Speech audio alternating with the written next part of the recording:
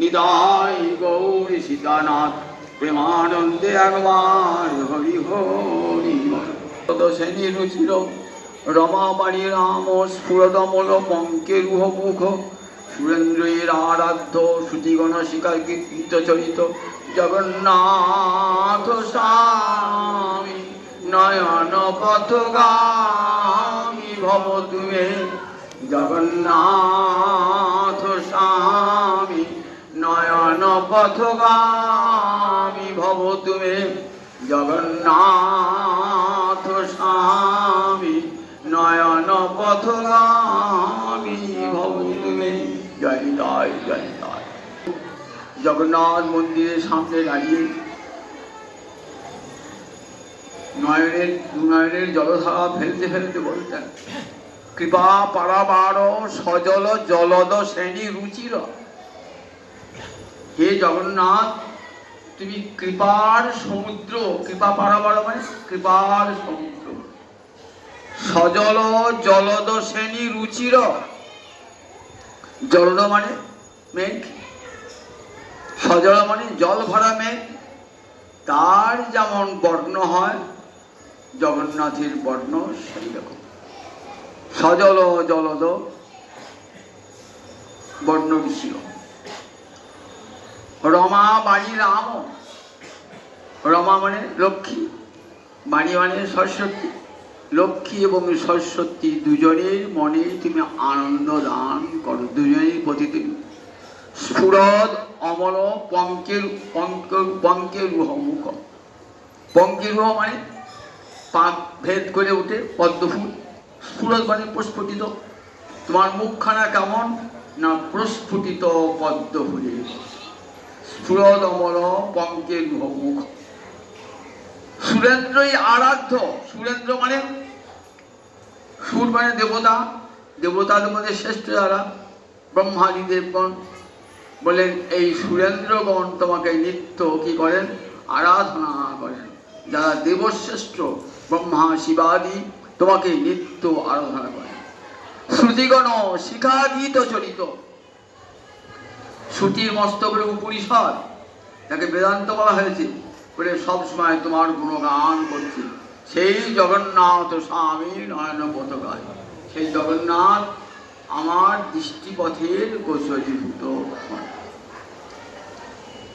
আজ জগন্নাথের রথযাত্রা, এই রথযাত্রায় আমার প্রভুর যে কি আনন্দ হতো। কবিরাজ গোস্বামীপাদ রথযাত্রায় আমার প্রভুর আনন্দে নৃত্য বর্ণনা করতে গিয়ে বলছেন, সজিয়াত শ্রীকৃষ্ণ চৈতন্য শ্রীরথাগ্রে অনর্তজ জেনাশীত জগতাং চিত্রং জগন্নাথ। সজিয়াত মানে তার জয় হোক, কার? শ্রীকৃষ্ণ চৈতন্যের জয় হোক। কোন শ্রীকৃষ্ণ চৈতন্য? শ্রীরথাগ্রে ননর্তজ, যিনি রথের অগ্রভাগে নৃত্য করেছিলেন। জেনাশীত জগতাং চিত্রং, জগতাং বহুবচন হয়েছে, একটা জগৎ নয়, অনন্ত কোটি ব্রহ্মাণ্ডের মানুষ দেখছেন আমার মহাপ্রভুর নৃত্য দর্শন করছেন। জেনাশীত জগতাং চিত্রং মানে আশ্চর্য হয়ে যাচ্ছেন জগন্নাথ এই নাচ দেখে। জগন্নাথ ব্রহ্মাণ্ডের কথা ছেড়ে দিলাম, স্বয়ং জগন্নাথ পর্যন্ত অবাক হয়ে যাচ্ছেন। আচ্ছা, জগন্নাথ তো সেই কৃষ্ণ, একটা কি শুনলেন তো, যেই গৌর সেই কৃষ্ণ সেই জগন্নাথ। বাসুদেব ঘোষ কহে জুড়ি করো হাত, দু হাত জোর জোর করে বাসুদেব ঘোষ বলছেন, যেই গৌর সেই কৃষ্ণ সেই জগন্নাথ। তাহলে গৌরহরি তো জগন্নাথ তো কৃষ্ণই, আবার গৌরহরি কৃষ্ণই। তাহলে কৃষ্ণ কৃষ্ণের নাচ দেখে বিস্মিত হবেন কেন? গৌরহরির নাচ দেখে জগন্নাথ বিস্মিত হয়ে কথা অবাক হয়ে গেলেন। গৌরহরি ও কৃষ্ণ, জগন্নাথ ও কৃষ্ণ, নিজের নাচ নিজের দেখে কেউ অবাক হয়ে যায়? বলে না, দেখো যখন বৃন্দাবনে নাচ হয়েছিল কৃষ্ণ যখন নেচেছিলেন তখন তো কৃষ্ণ দেখতে পান নাই, আবার রাধারানী যখন নেচেছিলেন তখন রাধারানী দেখতে পান নাই। তাহলে কৃষ্ণের নাচটা রাধারানী দেখেছে, আর রাধারানীর নাচটা কৃষ্ণ দেখেছে। কিন্তু রাধা কৃষ্ণ যখন উভয় নেচেছে তখন সখীরা দেখেছে, রাধারানী দেখতে পায় না, কৃষ্ণ দেখতে পান না। কৃষ্ণের নাচটা কে দেখেছে? রাধারানী। রাধার নাচটা কে দেখেছে? কৃষ্ণ। আবার রাধাকে যখন যুগলে নৃত্য করেছেন তখন কে দেখেছে? সখীরা দেখেছে। কিন্তু গোবিন্দ তো যুগলের নাচ দেখতে পান নাই, একসঙ্গে নাচছেন।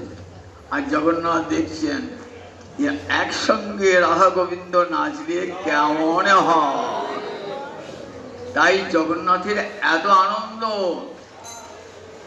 আজ রাধা কৃষ্ণ একসঙ্গে নৃত্য করছেন। জগন্নাথ বিস্মিত, তাই জগন্নাথ বিস্মিত। শ্রীরথাগ্রীর অনর্তজ, রথযাত্রায় প্রভুর নৃত্য পরম মহৎ। আমার মহাপ্রভুর নৃত্য পরম মহৎ। কৃষ্ণই কলিযুগে পুরুষোত্তম জগন্নাথ হয়ে এসেছেন। বহুবার সে কাহিনী শুনিয়েছি, তবু একবার শুনিয়ে রাখি। রয়েছেন কোথায় কৃষ্ণ? বৃন্দাবন ছিল মথুরা, মথুরা থেকে দ্বারকা। দ্বারকায় রয়েছেন বটে, কিন্তু মন পড়ে আছে বৃন্দাবনে। কখনো সত্যভামাকে রাধা বলে ডেকে ফেলান, কখনো রুক্মিণীকে চন্দ্রাবলী বলে ডেকে ফেলান। গোত্রস্খলন হয়, তখন মনে মনে ভাবেন যে রাধারানী বা কে, আর ব্রজই বা কেমন, যে কৃষ্ণ যার জন্য এতখানি তার আমাদের এত সেবা ভালোবাসা পেয়েও কৃষ্ণের মন বৃন্দাবনে কেন? আর রাধাইটাই বা কি? রাধাই সে তো বৃন্দাবনে তো গোয়ালা ছাড়া কেউ থাকে না, তার রাধাই নিশ্চয় কিন্তু গোয়ালিনী। গোয়ালিনীর কিন্তু এমন রূপগুণ হলো যে আমাদের রূপগুণ ছাড়িয়ে।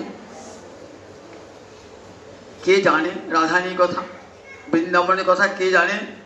জানে মা রোহিণী। মা রোহিণী বুঝেছিলেন, তাই মা রোহিণী জানেন। বলছিল মা বলো না একবার বৃন্দাবনের কথা, রাধারানীর কথা। তা বললে দেখ আমি বৃন্দাবনের কথা বলতে পারবো না, কারণ কৃষ্ণ বলরাম রয়েছেন। তো যেই বৃন্দাবনের কথা বলবো কৃষ্ণ বলরাম এসে হাজির হবে। বললেন মা কথা দিচ্ছি কৃষ্ণ বলরাম আসতে পারবেন না।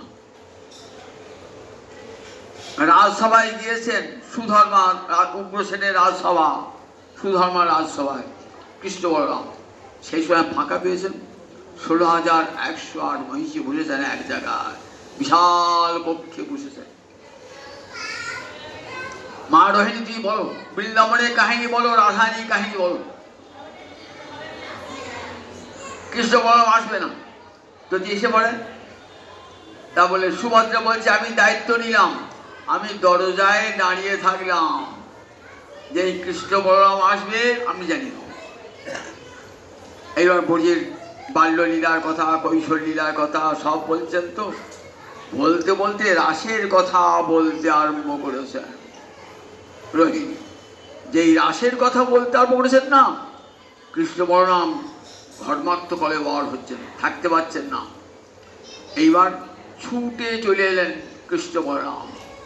যেখানে তার কথা সেখানে তিনি যান। কথা দিয়েছেন নারদকে, নাহং তিষ্ঠামি বৈকুণ্ঠে যোগিনাং হৃদয়ে নচ মদভক্তা যত্র গায়ন্তি তত্র তিষ্ঠামি নারদ। আমার ভক্ত যেখানে আমার গুণ কীর্তন করে আমি সেখানে যাই। আমি বৈকুণ্ঠ থাকি না, যোগীর হৃদয়ে থাকি। কৃষ্ণ বলরাম ঘর্মাক্ত করে বাড়ি ছুটতে ছুটতে এসে সুভদ্রা শুনতে শুনতে সম্মোহিত হয়ে গেছেন। খেয়াল নাই যে দুই দাদা এসে হাজির। দরজা আটকে আছেন, এক পাশে কৃষ্ণ আর এক পাশে বলরাম দাঁড়িয়ে গেলেন। ব্রজের কথা শুনতে শুনতে, রাসবিলাসের কথা শুনতে শুনতে কৃষ্ণ বলরাম আস্তে আস্তে খর্বাকৃতি হয়ে যাচ্ছে, হাত ঢুকে যাচ্ছে, চরণ ঢুকে যাচ্ছে, চোখ দুটো বড় বড় হয়ে যাচ্ছে। সুভদ্রা, বলরাম, কৃষ্ণ তিনজনই একই অবস্থা, কিন্তু কেউ জানতে পারছেন না। এমন সময় দেবর্ষি নারদ এসেছেন।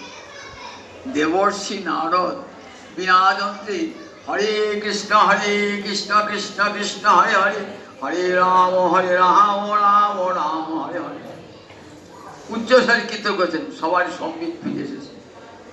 বলছেন, প্রভু জগতে তোমার অনেক রূপ দেখেছি, তুমি মৎস্য রূপে, কুর্ম রূপে, বরাহ রূপে, নৃসিংহ রূপে, কত রূপে এসেছো, প্রভু তোমার এই অপূর্ব মূর্তি জগতে দেখাও। বললেন, নারদ, সে তো আমি আগেই প্রতিশ্রুতি আবদ্ধ আছি। ইন্দ্রদুম্ন রাজাকে আমি বলেছি, আমি কলিযুগে মহাসাগরের তীরে নীলগিরি পর্বতের চূড়ায় আমি এই মূর্তিতে আবির্ভূত হব। নীলগিরি পাহাড়ের চূড়ায় কার সেবা হতো? নীলমাধবের সেবা হতো। এই নীলমাধব এমন মূর্তি না, দর্শন করার সঙ্গে সঙ্গে মুক্তি। বিশ্বাবসু বলে এক সবর সেবা করত নির্জনে গিয়ে, কেউ জানতো না। নীলমাধবের কথা খুব গোপনে সেবা হতো। নীলমাধব দর্শন করলেই তার মুক্তি হয়ে যায়। ইন্দ্রদুম্ন রাজা খবর পেলেন যে উড়িষ্যায় মহাসাগরের তীরে নীলগিরি পাহাড়ের চূড়ায় নীলমাধব আছেন। কে সেই নীলমাধবের ঠিকানা দান করতে পারবে? পাঠালেন তাকে নিজ পুরোহিত বিদ্যাপতিকে। বিদ্যাপতি এসেছেন, এরা ঘোরাঘুরি করছেন। ঘোরাঘুরি করতে করতে দেখলেন শবরের গৃহ, সেখানে থেকে গেলেন, নাম সংকীর্তন হচ্ছে। কয়েকদিন ধরে শবরের গৃহে থাকলেন। শবরে এক কন্যা ছিল বিশ্বাবসু, ললিতা। ললিতার সঙ্গে পরিণয় সূত্রে আবদ্ধ হলেন এই বিদ্যাপতি। বললেন, আচ্ছা, তোমার পিতা প্রতিদিন গভীর রাত্রে কোথায় যায়, ভোরবেলায় কোথায় ফিরে আসে, আর তার অঙ্গে এত গন্ধ? বলে, সে বলা বারণ, তোমাকে বলতে হবে। দেখো, এখন তুমি আমার প্রিয়তমা পত্নী, তুমি আমাকে বলবে না, আমাকে বিশ্বাস করো না? তখন বলে, ঠিক আছে, আমি তোমাকে বলবো, তোম আমাকে বলো না, আমি যাতে নীলমাধব দর্শন করতে পারি। বললেন, ঠিক আছে। জামাই বলে যখন অনুরোধ, বললেন, তোমাকে আমি চোখ বেঁধে নিয়ে যাবো, চোখ বেঁধে নিয়ে যাবো, কিন্তু কোন পথ দিয়ে যাচ্ছ বুঝতেও পারবে না। বললেন, ঠিক আছে। কৌশল করে ললিতা পকেটে সরিষার বীজ দিয়েছে, দুপাশে সর্ষের বীজ ছেড়ে ছেড়ে যাবে। জানতো না বিশ্বাবসু। এই দেখছিল অপূর্ব নীলমাধব মূর্তি দর্শন করেছে। এইবার সেই নীলমাধবের খবর পেয়ে বিদ্যাপতি আর কিছুদিন থাকার পর চলে গেলেন মালব দেশের রাজা ইন্দ্রদুম্নের কাছে। বলছে, রাজা সন্ধান পেয়েছি, চলুন নীলমাধব দেখাবো। রাজা আসছেন, তার সমস্ত রাজপরিকরগণকে সঙ্গে নিয়ে, সঙ্গে নারদ আসছেন। পথিমধ্যে শুনলেন বিশাল ঝড়ে, ভূমিকম্পে ওই মহাসাগরের তীরে মন্দির টন্দির সব একবারে ধ্বংসীভূত হয়ে গেছে। রাজা তো সঙ্গে সঙ্গে মূর্ছিত হয়ে বললেন, এত কষ্ট করে এসো, নীলমাধব দর্শন হলো না? কাঁদছেন। সব রাজ ছিল, রাজা তুমি দুঃখ করো না, আমি এবার অন্য জগন্নাথ মূর্তিতে আবির্ভূত হব। সমুদ্রে ভাসতে ভাসতে আসবে শঙ্খ চক্র গদা পদ্মযুক্ত কাঠ, তুমি সেই কাঠ দিয়ে 3টে মূর্তি নির্মাণ করবে। আমি স্বয়ং শিল্পী হয়ে এসে সেই মূর্তি নির্মাণ করব। তুমি তার পূর্বে যজ্ঞ বেদিতে অশ্বমের যজ্ঞ করবে, নিষিদ্ধ দেবে, উপাসনা করবে। রাজাকে সমুদ্রের তীরে বসে আছেন, দেখলেন একটা কাঠ ভাসতে ভাসতে আসছে। শঙ্খচক্র গদা পদ্ম চিহ্ন, বিশাল ভারী। রাজা সমস্ত লোকজন দিয়ে তোলালেন। কোথায় নিয়ে গেছে? নৃসিংহ মন্দিরে। কিন্তু মূর্তি নির্মাণ করবে কে? কেউ তো মূর্তি নির্মাণ করার লোক পাওয়া যাচ্ছে না। তখন এলেন কে? স্বয়ং গোবিন্দ এলেন শিল্পীর বেশ ধরে। বললেন, আমি মূর্তি নির্মাণ করব 1 মাস ধরে, কেউ কেউ বলে 21 দিন ধরে। ঘরের দরজা বন্ধ থাকবে, আর ওই মূর্তি নির্মাণ করার সময় যে ঠক ঠক শব্দ হবে, সে যদি কারো কানে যায়, সে চিরকালের জন্য বধির হয়ে যাবে, কালা হয়ে যাবে। দরজা বন্ধ থাকবে, ওই কদিনের মধ্যে কেউ দরজা খুলবে না। রাজা শর্তে রাজি হল। মূর্তি নির্মাণ হচ্ছে কাঠ দিয়ে, একটি বলভদ্র, একটি জগন্নাথ, একটি সুভদ্রা মূর্তি, নীলমাধবের পরিবর্তে। রানী সংবাদে জানেন না। রানী ভাবছেন শিল্পী এসেছেন, 15 দিন হয়ে গেল, এখনো পর্যন্ত কিন্তু খান নাই কিছুই। রানী লোক পাঠিয়েছে। রাজা জানতেন না। লোক তো কপাট ঠক ঠক ঠক ঠক করছে, কিছু সারা নাই। বারবার ঠক ঠক করছে, কপাটটা ভেঙে ফেলে দেখছেন শিল্পী উধাও। 3টে অর্ধ নির্মিত মূর্তি, বলভদ্র, জগন্নাথ, সুভদ্রা। গোটা হাত হয় নাই, পাও হয় নাই, আবার খর্বাকৃতি হয়ে আছে। আবার রাজা বললেন মূর্ছিত হয়ে, প্রভু কি অপরাধ ঘটে গেল? প্রভু, মূর্তি সম্পূর্ণ হলো না। আবার সবলাদেশ হলো, জানো এটা আমার ইচ্ছাতেই হয়েছে। রাজা, এই মূর্তিতেই আমি জগতে প্রতিষ্ঠিত হব। তুমি মন্দির নির্মাণ করো, আর সেই মন্দির প্রতিষ্ঠা করবেন স্বয়ং ব্রহ্মা, ব্রহ্মলোক থেকে। রাজা বিশাল মন্দির নির্মাণ করলেন, স্বয়ং ব্রহ্মা এসে সেই মন্দির প্রতিষ্ঠা করলেন। জগন্নাথের বড়দেব, জগন্নাথ, সুভদ্রা প্রতিষ্ঠিত হল পুরীধামে। কলিকালের মহাতীর্থ, বেদে কথা উল্লেখ আছে ঋগ্বেদে, যে কলিকালে মহাসমুদ্রের তীরে স্বয়ং ভগবান শ্রীহরি পুরুষোত্তম মূর্তিতে আবির্ভূত হবেন, যাকে দর্শন করলে কলির জীব মুক্তি লাভ করবে। আমার মহাপ্রভু দেখুন বৃন্দাবনে নাড়িয়ে কোথায় দিয়েছেন? ওই পুরীধামে। কেন? জগন্নাথ মূর্তিটি রাধারানীর প্রেমে গড়ে গেছেন তো, দ্রবীভূত হয়ে গেছেন তো। আর আমার গৌর হরি ও রাধা প্রেম দিয়ে গড়া তনু, কাজে আনন্দটা কোথায় হবে? গেলে বৃন্দাবনে গেলে হবে না, ওই পুরীধামে গেলেই আনন্দ হবে, যখন রাধারানীর প্রেমে গলা মূরতি দর্শন করবেন। যখন জগন্নাথ দর্শন করতেন না, কি ভাবো তোমার মানে মাঝে মাঝে, যেকালে দেখে জগন্নাথ বলরাম সুভদ্রা সাথ, তবে জানি আইনু কুরুক্ষেত্র। দেখুন জগন্নাথের পাশে বলরাম আর সুভদ্রাকে দর্শন করতেন না। বলরাম তবু বৃন্দাবনে ছিলেন, সুভদ্রা তো বৃন্দাবনে ছিলেন না। তখন কি মনে মনে ভাবতেন? তবে জানি আইনু কুরুক্ষেত্র, সফল হইল জীবন, দেখিল পদ্ম লোচন, জুড়াইল তনু মন নেত্র। কুরুক্ষেত্রে কৃষ্ণ দর্শন হচ্ছে, কারণ দ্বারকা হলো ঐশ্বর্যের ধাম। আর যে কালে দেখে জগন্নাথ বলরাম সুভদ্রা সাথ, তবে জানি আইনু কুরুক্ষেত্র, তখন ঐশ্বর্যের ভাবে দর্শন করছেন, সেই শঙ্খচক্র গদা পদ্ম মূরতি গোবিন্দকে দর্শন করছেন, কিন্তু আনন্দ হচ্ছে না। আনন্দ হচ্ছে না। কি করতেন? গরুর স্তম্ভের তলে আছে এক নিম্ন খালে, সে খালে ভরিল অশ্রু জলে। টস টস টস কৃষ্ণ দর্শন করে কুরুক্ষেত্রে রাধারানী যেমন কেঁদেছিলেন, তেমনি করেই কাঁদছেন, তেমনি করেই কাঁদছেন আমার মহাপ্রভু। দুনয়নে গরুর স্তম্ভের তলে একটা খাল আছে, সেই খাল আমার মহাপ্রভুর নয়ন জলে ভর্তি হয়ে। গরুর স্তম্ভের তলে আছে এক নিম্ন খালে, সে খালে ভরিল অশ্রু জলে।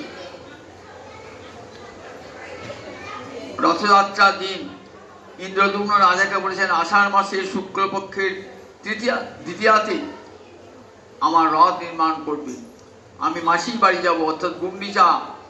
ইন্দ্রদ্যুম্ন রাজার মহিষীর নাম গুন্ডিচা, মা যশোদার মতন ভালোবাসতেন।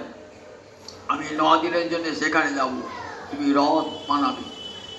অক্ষয় তৃতীয়া দিন সত্যযুগের শুরু হয়েছিল, তাই অক্ষয় তৃতীয়া দিন রথ নির্মাণ শুরু হয়ে যায়। জ্যৈষ্ঠ পূর্ণিমায় স্নান যাত্রা, তারপর 15 দিন অনবসর কাল। জগন্নাথের সেবকরা বলেন, জগন্নাথের জ্বর হয়েছে, পাচন খাবে, তা তো নয়, অঙ্গরাগ হবে, ওই সময় কেউ দেখতে পাবে না জগন্নাথকে। আবার দেখুন ভক্তরা কি বলেন,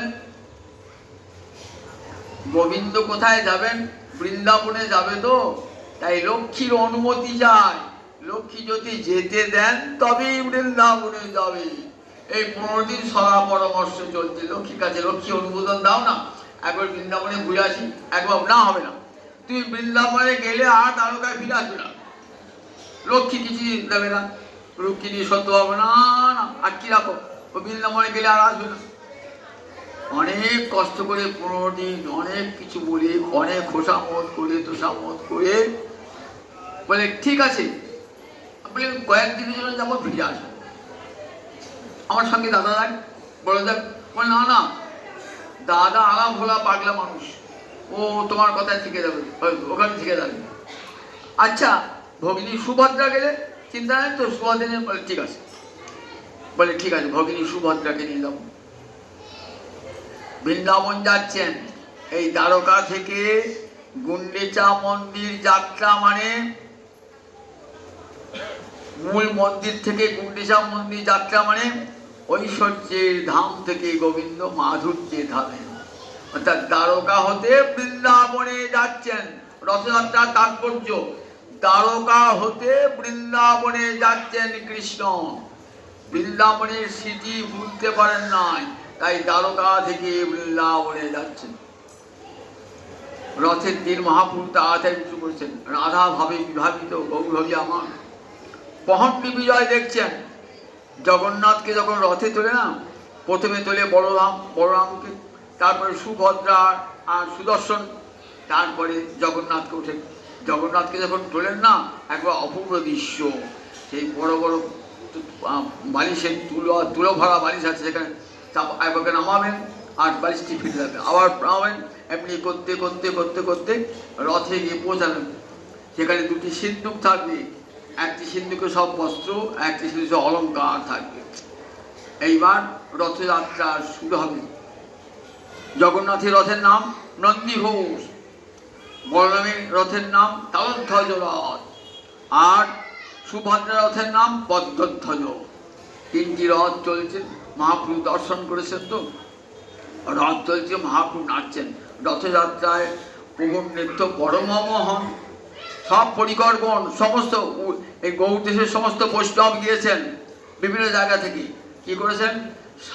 7টা সম্প্রদায় করেছেন, 14 মাদল, 7 সম্প্রদায়। সম্মুখে 4 সম্প্রদায় নৃত্য করবে, নৃত্য কীর্তন করবে। ডান পাশে একদল, বাঁ পাশে একজন, পিছনে একদল, তাহলে কত? 7টা হল।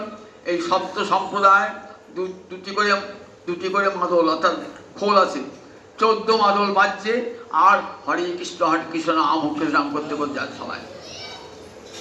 মহাপ্রভু নৃত্য করতে যাচ্ছেন তো খুব আনন্দ। তখন কি ভাবটি? অন্তরে দাস ভাব।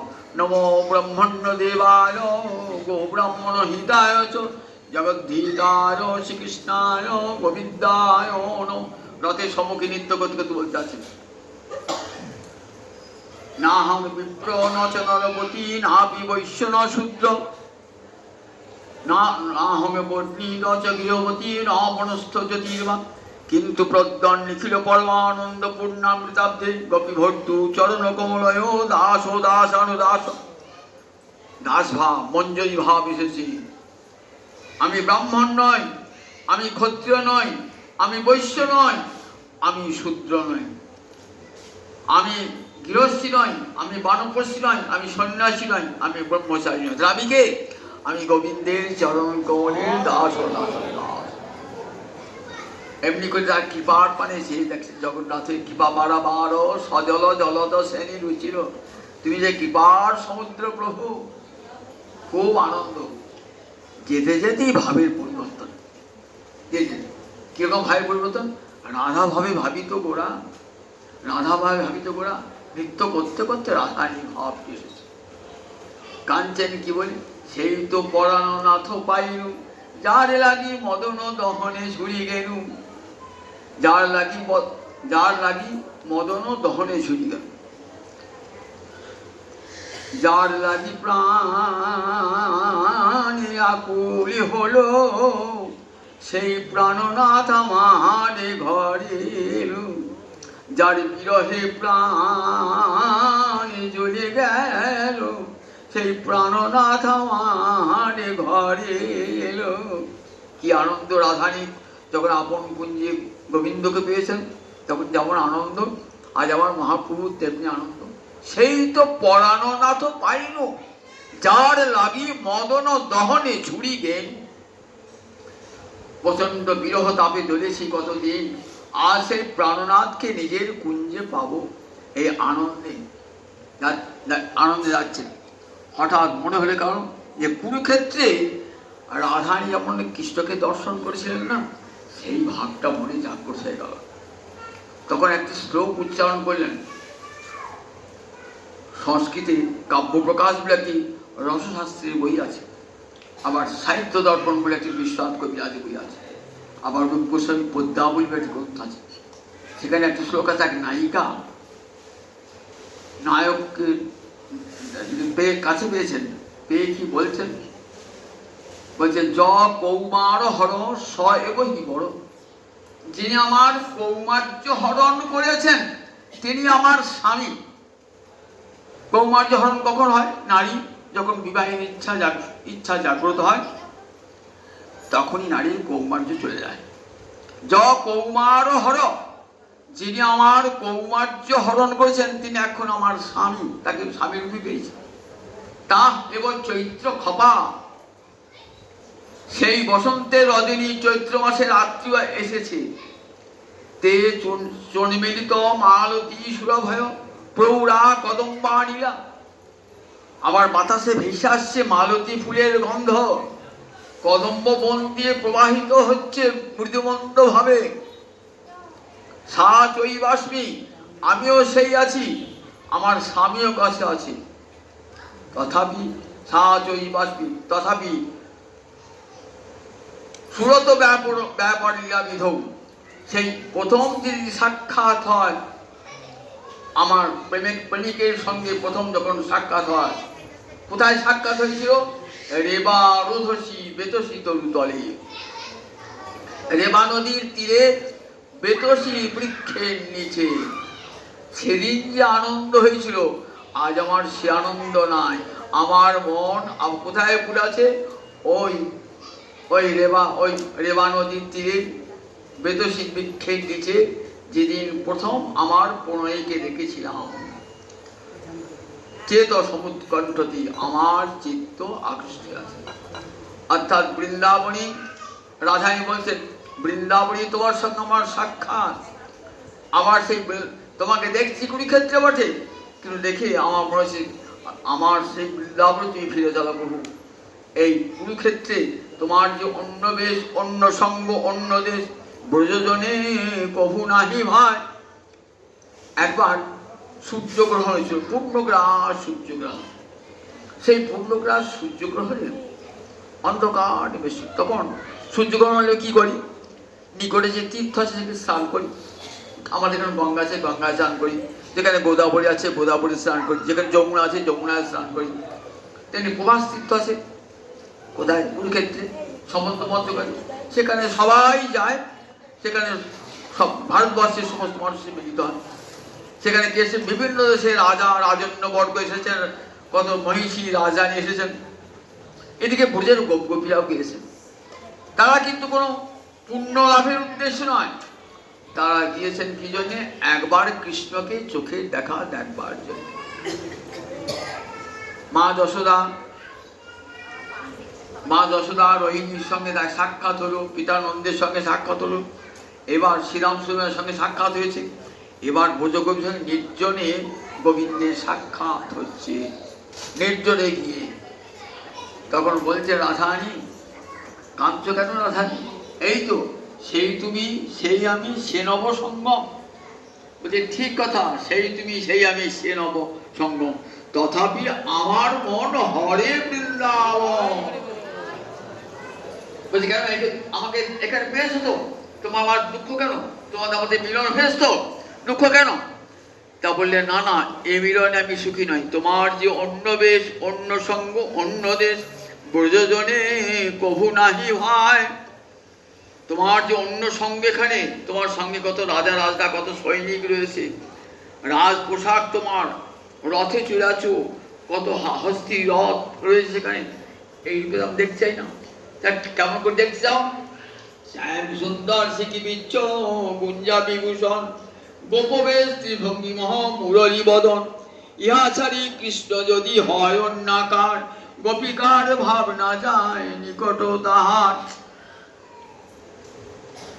গোপিকা তোমাকে কেমন দেখতে চায়? রাজবেশে, রথে চড়ে, সঙ্গে সৈনিক না, সে রাখাল রাজা হয়ে তুমি যমুনার তীরে কদম তলে দাঁড়িয়ে ত্রিভঙ্গ ভঙ্গি হয়ে মোহন মুরলীশ্বরে বাঁশিটি বাজাবে, রাধে রাধে বলে বাঁশিটি বাজবে। শ্যাম সুন্দর, মাথায় তোমার ময়ূর পাখা, গুঞ্জা গুঞ্জা ফুলের মালা তোমার কণ্ঠে আমরা পরিয়ে দেবো। শ্যাম সুন্দর সিকি বিচ্ছ গুঞ্জা বিভূষণ, গোপবেশ, রাখাল রাজার বেশ থাকবে, ত্রিভঙ্গ হয়ে দাঁড়াবে, হাতে মোহন মুরলী নেই। এই ছাড়া কৃষ্ণ যদি হয় অন্যাকার, কৃষ্ণ যদি অন্য কোনো রূপে থাকে, এই ছাড়া গোপিকার ভাব সেখানে যায় না, গোপিকার ভাব সেখানে যায় না। তুমি একবার তোমাকে বৃন্দাবনে যে মুহূর্তে গেছি, কুরুক্ষেত্রে, সেই মুহূর্তে আমাদের আনন্দ হচ্ছে না, সে আনন্দ হচ্ছে না, এখানে প্রিয় আনন্দ হচ্ছে না। দেখো রাধারানী বলে, পূর্বে উদ্ধব দ্বারে এবে সাক্ষাৎ আমারে, যোগজ্ঞানের কহিলে উপায়, তুমি বিদগ্ধ কৃপাময় জানো মোর হৃদয়, মরে হইছে কইতে না জুয়ায়। একদিন উদ্ধবকে পাঠিয়েছিলেন বৃন্দাবনে, উদ্ধব এসে কি বলেছেন? গোপীগণ দুঃখ করো না, কৃষ্ণের সঙ্গে কখনো জগতের কারু বিরহ হয় না। কৃষ্ণ রয়েছেন প্রতিটি জীবের হৃদয়ে অন্তর্যামী রূপী। জগতের সমস্ত বস্তুতে যেমন ভগবান আছেন, তেমনি জীবের মধ্যেও ভগবান আছেন। পঞ্চভূতের ক্ষিতি অব্দের মনুপম, এই পঞ্চভূতে যেমন ভগবান সবসময় বিদ্যমান, তেমনি সমস্ত জীবের হৃদয়ে ভগবান বিদ্যমান। মানুষ অজ্ঞানতার জন্যে ভগবানকে দেখতে পায় না, তাই ভগবত বিরহে শোক করে। বলে, পূর্বে উদ্ধব দ্বারে এবে সাক্ষাৎ আমারে, যোগজ্ঞানের কহিলে উপায়। একদিন উদ্ধবের কাছে বলেছ, আবার আজ আমার এবে সাক্ষাৎ আমারে, যোগের উপদেশ দিচ্ছ, জ্ঞানের উপদেশ দিচ্ছ যোগীকে, গোপীকে। গোপীরা কি যোগী নাকি? নহে গোপী যোগেশ্বর, তোমার এই চরণ কমলে ধ্যান করি পাইবে সন্তোষ। তোমার বাক্য পরিপাটি, তার মধ্যে পুটিনাটি, শুনি গোপীর বাড়ে আরো রোষ। গোপীরা কি যোগেশ্বর মহাদেবের মতন নাকি, যে তোমার চরণকমল ধ্যান করে আনন্দ পাবে? গোপীরা তোমার চরণ ধ্যান, গোপীরা যোগীও নয়, জ্ঞানী নয়। শোনো গোবিন্দ, তোমার এই যোগ আর জ্ঞানের উপদেশ পৃথিবীতে পাবার মতন বহু লোক আছে, তাদেরকে দিও। পৃথিবীতে বহু মানুষ সংসার কূপে পড়ে আছে, সংসার যন্ত্রণায় ছটফট করছে, তাদেরকে যোগের উপদেশ, জ্ঞানের উপদেশ দিও। দেখো গোপীরা সংসার কূপে পড়ে নাই, দেহস্থিতি নাহি যার, দেহ সংসার খুব কাহা তার, যার দেহস্থিতি নাই তার আবার সংসার কি? দেহ দেহ গোপীগণের, দেখো গোপীগণের দেহস্থিতি, দেখো বিরহ সমুদ্র জলে কাম তিমিং গিলে গিলে, গোপীগণে লহ তারও পার। দেহস্থিতি নাহি যার, সংসার খুব কাহা তার। গোপীরা সংসারে পড়ে নাই, যারা সংসারে পড়ে আছে তারা নিত্য যন্ত্রণা ভোগ করছে। তাদেরকে তুমি যোগের উপদেশ, জ্ঞানের উপদেশ দাও। নহে কপি যোগেশ্বর, তোমার চরণ কমল ধ্যান করি পাইবে সন্তোষ। গোপিয়া যোগী নয় মহাদেবের মতন, তাই তোমার চরণ কমল ধ্যান করে তার আনন্দ হবে না। তারা কোথায় ডুবেছে? বিরহ সমুদ্র জলে কাম তিমিঙ্গিলে গিলে। তারা বিরহ সমুদ্রে পড়লে কি হয়? তিমি মাছকে খেয়ে ফেলায় এমন তিমিঙ্গিল আছে। বলেন সেই দেখো, সেই বিরহরূপ তিমিঙ্গিল আমাদেরকে গিলে খাচ্ছে প্রতি মুহূর্তে। গোপীগণে লহ তার পার, গোপীগণকে সেখান থেকে পার করো, বিরহ সমুদ্র থেকে পার করো। তখন গোবিন্দ কি বলেছিলেন? গোবিন্দ বলে, দেখো গোপীগণ, রাধান বারবার করবে, দেখো গোবিন্দ, অন্যের হৃদয় মনে আমার মনে বৃন্দাবন, মনে বনে এক করি মানি।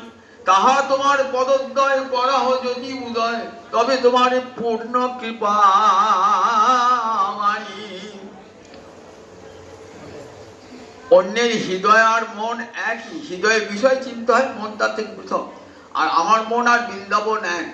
অন্যের হৃদয় মোহনে আমার মোহনে বৃন্দাবন, মনে মনে এক করি মানি। তাহা তোমার পদোদয় করাহ যদি উদয়, তবে তোমার পূর্ণ কৃপা মানি। একবার ব্রজে ফিরে চলো হে, তোমার চরণে মোহনে ব্রজ পুরো ঘরে, উদয় করাহ যদি তবে বাঞ্ছা পুরে। একবার ব্রজে ফিরে চলো হে, ওহে ব্রজনাথ ব্রজের জীবন, একবার ব্রজে ফিরে চলো হে। তুমি সেই মোহন মুরলী নিয়ে কদম্ব বৃক্ষের তলে দাঁড়াবে। আমরা সখীগণ তোমাকে ঘিরে ঘিরে নাচিব, ঘিরে ঘিরে নাচিব। একবার সেই রূপে দেখা দাও, আমরা ঘিরে ঘিরে নাচিব। একবার সেই রূপে দেখা দাও, আমরা তোমায় ঘিরে ঘিরে নাচিব। সেই রাখাল রাজা যদি বাঁশি বাজাবে, আমরা তো সেই রূপে দেখতে চাই, তোমাকে রাজবেশে দেখতে চাই না। তাই একবার তোমার চরণ মোহনে ব্রজ পুরো ঘরে, উদয় করা যদি তবে বাঞ্ছা পুরে। যদি একবার ব্রজপুরে যাও, তাহলে আমাদের বাঞ্ছাটা পূর্ণ হয়। চলো একবার ব্রজেশ্বর, একবার ব্রজে ফিরে চল। কাঞ্চের রাধানী, গোবিন্দ রাধানী চোখে জল কি বলছেন? শোনো রাধারানী, দেখো। আর রাধারানী বলছে, দেখো কিবা জিয়াও ব্রজে আসি, কিবা মারো ব্রজবাসী। যদি বাঁচাতে চাও ব্রজবাসীকে তাহলে এসো, আর যদি মারতে চাও তাহলে থাকো।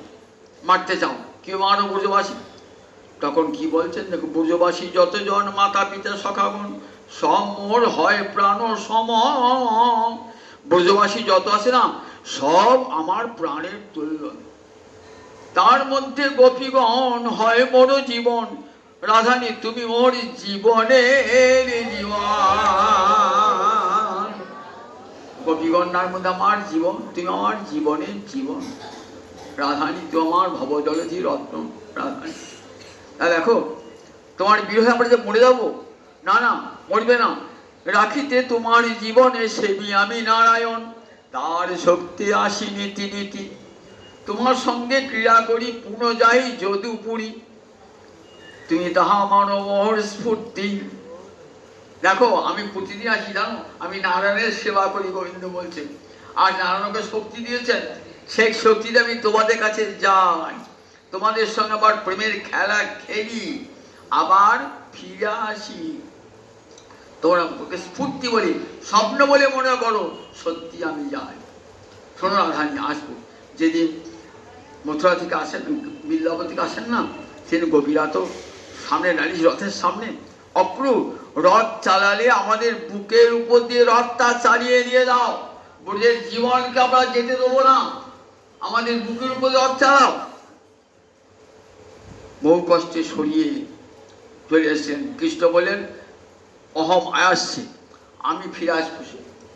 ফিরে আসবো বলেছেন তো, সেই আসবো বলেছেন না, কাল ফিরে আসবো মনে করছেন, কাল আগামীকালে আসবেন। হ্যাঁ, কবিরা তখন রাধানী কাঁদছেন, কালে বলি কালা গেল মধুপুরে, সেকালের কত বাকি।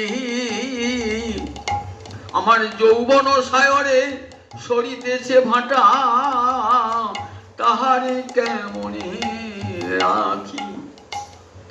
নারীর যৌবন জোয়ারের জল, গেলে না ফিরিবে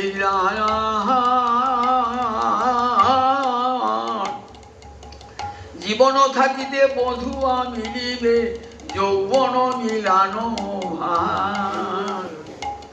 কাল বলে তুমি চলে গেলে, আমার যৌবন সায়রে, যে যৌবন দিয়ে তোমার সেবা করবো তা তোর ভাটা পড়ছে। জানো নারীর যৌবন কেমন জোয়ারের জলের মতো, আর গেলে ফিরে আসে না। জীবন থাকিতে বধুয়া মিলিবে, যৌবন মিলানো ভার। তখন যৌবন কোথায় পাবো? তোমার সেবা করবো কেমন করি, সেবা করবো কেমন করি?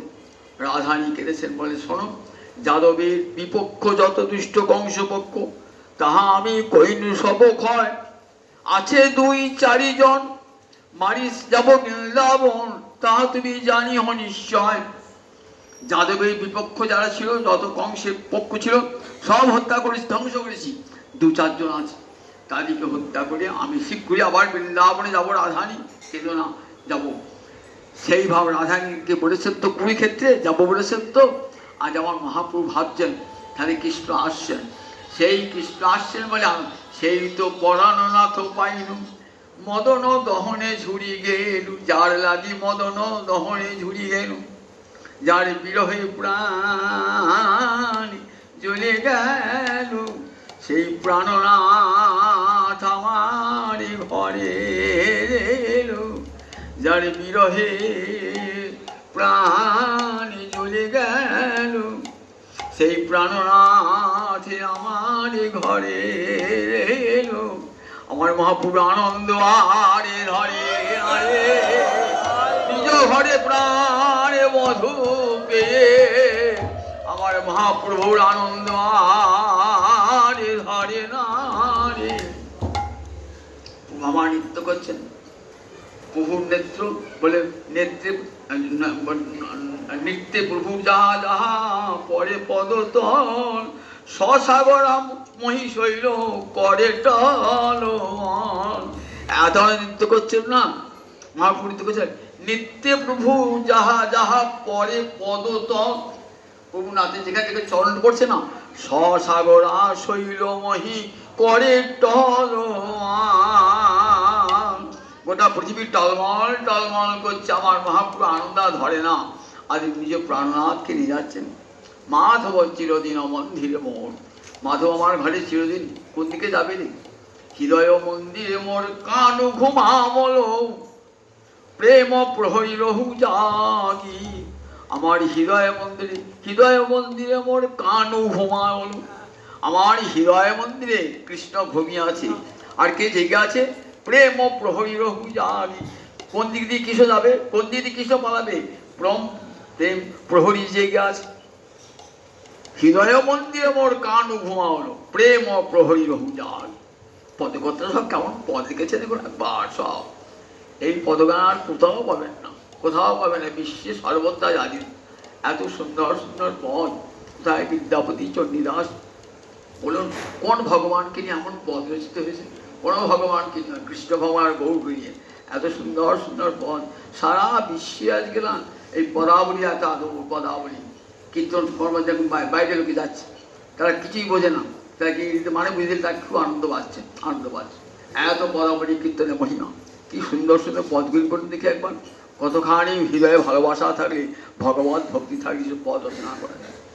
মহাপ্রভু আর দিয়ে যাচ্ছেন, সেই তো পরাণথ পাইনু, যার লাগি মদন দহনে ছুটি গেল। কত বিরহে কত রাত্রি কেঁদেছি, আজ সেই প্রাণনাথ আমার ঘরে আসছে। এই আনন্দে আমার মহাপ্রভু নৃত্য করতে করতে আসছেন। রাত চলছে, যেতে যেতে কী করছেন? 7 সম্প্রদায়ের মহাপ্রভু নৃত্য করছেন, 7 একসঙ্গে। রাসে যেমন সব গোপীর কাছে গিয়েছেন না, 7 সম্প্রদায় একসঙ্গে। দেখছেন কে? প্রতাপ রুদ্র, যার কাছে যাবেন না মহাপ্রভু। কত আবেদন, কত নিবেদন। মহাপ্রভু বলছেন, বিষয়ীর অন্ন খাইলে মলিন হয় মন, মলিন চিত্তে দেনা হয় শ্রীকৃষ্ণ শরণ। ধনী ব্যক্তির গৃহে অন্ন খেও না, খেলে কি হবে? মনটা মলিন হয়ে যাবে। ধনীর অহংকার অন্নের মধ্যে থাকে, তোমার অন্তরে অহংকার আসবে, আর কৃষ্ণ ভজন হবে না, তাই যাবেন না। কিন্তু প্রতাপরুদ্ধ তো যেসব লোক নয়, পরম ভক্ত, শুধু জগৎকে শিক্ষা দেওয়ার জন্য মহাপ্রভু এই কৌশল। কৃপা তিনি করবেন, সেটি শোনাবো পরের দিন। কৃপা তিনি করবেন, প্রতাপরুদ্ধকে কত কায়দা করে করবেন, কত দেখে জগৎকে শিক্ষা দিয়ে তারপর করবেন। সেই প্রতাপরুদ্ধ দেখছেন যে একসঙ্গে 7 জায়গায় নৃত্য করছে, কেমন করে মহাপ্রভু 7 জায়গায় নৃত্য করছি। গোপীরা যেমন দেখছেন আমার কাছে কৃষ্ণ, শতকোটি গোপী আজ নৃত্য হচ্ছে, সব গোপী দেখছে আমার কাছে কৃষ্ণ, আমার কাছে কৃষ্ণ, আবার এক জায়গায় রাধা কৃষ্ণ যুগল রয়েছে। ঠিক সেইরকম আমার মহাপুরুষ 7 সম্প্রদায়ে নৃত্য করছেন, একসঙ্গে দর্শন করছেন। রাজা বলছে সার্বভৌমকে, বলছে সার্বভৌম তুই মহাভাগ্যবান। কাশী বিশ্ব গুরুদেব বলছে তুই মহাভাগ্যবান, আজ মহাপ্রভু এমন লীলা তুমি দর্শন করে, তোমার উপর কৃপা হয়েছে। কেন? রথের আগে তুমি ঝাঁট দিয়েছো না, রাজা হয়ে হাঁড়ির সেবন করেছো তুমি, এটা আমার মহাপ্রভু হৃদয় বলে গেছে। তোমাকে কৃপা করবে, কৌশল করে তোমাকে কৃপাটা করবে, তোমাকে কৃপা করবে। তুমি চিন্তা করো না। মনে ভাবছেন কত পত্র লিখেছেন যে রাজ্য ছাড়ি হইব ভিখারি, তবু আমার কৃপা চাই, কৃপা ছাড়াই বাঁচতে পারবো না, এত চোখের জল ফেলেছেন। সেই দেখছেন কেমন করে আমার মহাপ্রভু নৃত্য করছেন। প্রতাপরুদ্ধ দেখছেন নয়ন জলে চোখ দুটি বক্ষ ভেসে যাচ্ছে, নয়ন জল দুই নয়নে জলে বক্ষ ভেসে যাচ্ছে, প্রতাপরুদ্র বক্ষ ভেসে যাচ্ছে। আর মহাপ্রভু কাঁদছেন, কাঁদতে কাঁদতে যাচ্ছেন, জগন্নাথকে নিয়ে যাচ্ছেন কোথায় না, নিজে গুন্ডিচা কুঞ্জ সাজিয়ে রেখেছে। আগের দিন গুন্ডিচা মার্জন হয়েছে, গুন্ডিচা সাজিয়ে রেখেছেন, কুঞ্জ সাজিয়ে রেখেছেন। রাধানী কৃষ্ণ আসবেন বলে যেমন কুঞ্জ সাজাতেন, বাসক সজ্জিকা নায়িকা হয়ে কুঞ্জ সাজাতেন, ঠিক তেমনি করে গুন্ডিচা মন্দির সাজিয়ে রেখেছেন। প্রাণনাথ আজ সেখানে যাবেন, তাই মহাপ্রভু আনন্দের সীমা নাই, পরমানন্দে নৃত্য করছেন। কখনো কখনো রথটা মহাপ্রভু যখন পিছনে যাচ্ছেন না, তখন কি বলছেন, রথটা থেমে যাচ্ছে। শ্যামে যদি পিছিয়ে যায় রথ হয় স্থিরে, শ্যাম যখন পিছিয়ে যায় রথ দাঁড়িয়ে যাচ্ছে। আর গৌর জ্যোতি আগে চলে, শ্যাম চলে ধীরে ধীরে। আর আমার গৌর যদি আগে নৃত্য করে যায় না, রথ চলে ধীরে ধীরে। যে আটকে গেছে রথ যাবে না, রথ যাচ্ছে না, তখন মহাপ্রভু করছেন পিছনে গিয়ে মাথাটা দিয়ে হুড় করতেন। দেখাচ্ছে রাধারণীর প্রেমের শক্তি কেমন, দেখো নিয়ে যাবেনি, প্রাণনাথকে নিজের ঘরে নিয়ে যাবেনি, মাথা দিয়ে ঠেলছেন, ঠেলে নিয়ে যাচ্ছেন। দেখো রাধারণীর প্রেমের শক্তি কেমন। এত বড় রথ, ঈশ্বর ইচ্ছায় চলে রথ, না চলে কারো বলে। ঈশ্বর ইচ্ছায় রথ চলে, কারো শক্তিতে নয়। 50টা 100টা হাতির রথ টানতে পারেন না, একা জায়গায় রথ দাঁড়িয়ে যায়। কোনো ভক্তকে দেখা দেওয়ার জন্য না, রথ দাঁড়িয়ে যায়। এক ভাঙি মানে আমরা এই রাস্তাঘাট পরিষ্কার টরিষ্কার করে যাদেরকে ভাঙি মেথর, তার বর্ষি মেথর লিখবে, তার এত অন্তরে কৃষ্ণ ভক্তি না, কিন্তু জগন্নাথ দর্শন করতে যেতে পারে না, দূর থেকে বৃদ্ধ হয়ে গিয়েছেন, অসুস্থ শরীর। শুনেছেন জগন্নাথ আসছেন, রথ দিয়ে যাবেন এই পথ দিয়ে, এসে দাঁড়িয়ে বুদ্ধা কোনো রকমে দাঁড়িয়েছিলেন। এসে রথ যেতে যেতে দাঁড়িয়ে গেল। কেন? এখনো সেই বৃদ্ধা আসে না দেখবার জন্যে। রথ চেষ্টা করে রথ আর চলছে না, চেষ্টা করে রথ চলছে না। যেই সেই বৃদ্ধা ভাঙিয়ে এলেন, আবার রথ চলতে লাগলো। মুসলমান সালবেগ জগন্নাথকে দর্শন করবার জন্য কি করছেন, দাঁড়িয়ে আছেন রাস্তার ধারে, ছুট আসছেন। যতক্ষণ পর্যন্ত সালবেগ পৌঁছান নাই, ততক্ষণ পর্যন্ত রথ দাঁড়িয়ে আসে। যেই সালবেগ গেলেন, সঙ্গে সঙ্গে রথ চলতে হবে। ঈশ্বর ইচ্ছায় রথ চলে, না চলে কারো বলে, কারো শক্তিতে রথ চলে না। গোবিন্দ যাকে যাকে দেখা দেবে ইচ্ছা করছেন, সেইটা রথ থেমে যাবে। তাই রথ যে থেমে গেলেন, দেখি আমার রাধারণী কত শক্তি, দেখি আমাকে নিয়ে যেতে পারে কে দেখি। তখন মহাপ্রভু পিছন দিয়ে রথ হুড় করে চলে গেলেন কোথায়, গুন্ডিচা মন্দিরে গিয়ে রথ হাজির বলগণ্ডী স্থানে। গুন্ডিচা মন্দির যাবার আগে বলগণ্ডী স্থান একটু গোপন আছেন, সেখানে মাসি পোড়া পিঠে খাবে। পোড়া পিঠে জগন্নাথে কত আবদার, পোড়া মাসির বাড়িতে পোড়া পিঠে খাবে, সেখানে অনেক ভোগ হবে। সেই ভোগ খেয়ে তারপরে আবার গুন্ডিচা যাত্রা করবে। এইটা আবার পরের দিন শোনাবো, আমাদের কামালতলা মন্দিরে শোনাবো প্রতাপরুদ্রকে কেমন করে কৃপা হলো, কেমন করে গুন্ডিচা মন্দিরে রথ পৌঁছালো, আগামী শুক্রবারই 4:10 চারটে বলতে হলো আমাকে জয়ন্তায় জয়ন্তায় আগামীকাল রাধা মাধবের মন্দির তমালতলা বাড়িতে এই প্রতাপ রুদ্রকে কেমন করে উদ্ধার করেছিলেন ভগবান।